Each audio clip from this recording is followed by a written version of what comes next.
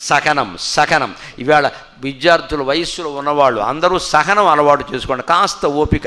Master ఒక మాట అంటే పడాలి, మన క్షేమం కోసం అంటాడు. తల్లిదండ్రులు ఒక మాట అంటే పడాలి. ఇవాళ పడకుండా ఎదురు తిరుగుతున్నారు. ఎదురు తిరగకపోతే ఏం చేస్తున్నారు? కోపం ఎక్కువైపోయి సీలింగ్ ఫ్యానాయ విద్మహే చున్నీ కంఠాయ ధీమహి తన్నో మృత్యు ప్రచోదయాతు. సాయంత్రానికి అయిపోయింది లెక్క.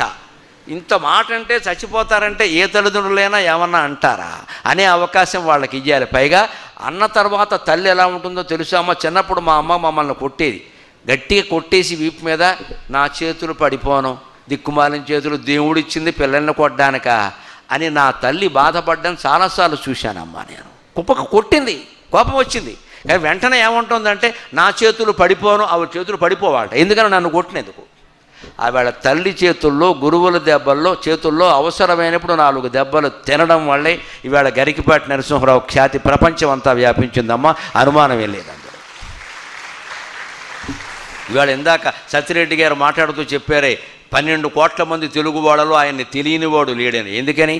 కనీసం 12 దెబ్బలైనా నేను తెలుంటాను ఉపాధ్యాయుల చేతుల్లో, తల్లిదండ్రుల చేతుల్లో. ఏమీ ఇబ్బంది లేదు అక్కడ. దానివల్ల ఎవరు కొడతారండి మన వాళ్ళని కొట్టకపోతే? ఇవాళ మాట అనడానికి కూడా వీలు లేదే. తల్లి ఒకవేళ అంటే పోన్లే అమ్మా, నువ్వు తప్పితే ఎవరంటారమ్మా, నాన్నగారు మీరు తప్పితే ఎవరంటారు, నన్ను నా కోసమే కదా అన్నారు అంటే ఆ తండ్రి కళ్ళ నీళ్ళు చూడు ఒక్కసారి, ఎటువంటి ప్రేమో తెలుస్తుంది. పొరపాటు అన్నానమ్మా, ఏమనుకోకమ్మా అని వెంటనే అంటాడమ్మా. మన తండ్రికి మన మీద కోపం ఉంటుందా, కక్ష ఉంటుందా? ఆ సహనంతో మనం సాధించలేనిది ఇంకెక్కడా సాధించలేం. ఇంకొక ముఖ్యమైన విషయం చెప్తాను నేను. 5-10 నిమిషాల్లో ఉపన్యాసం ముగుస్తుంది.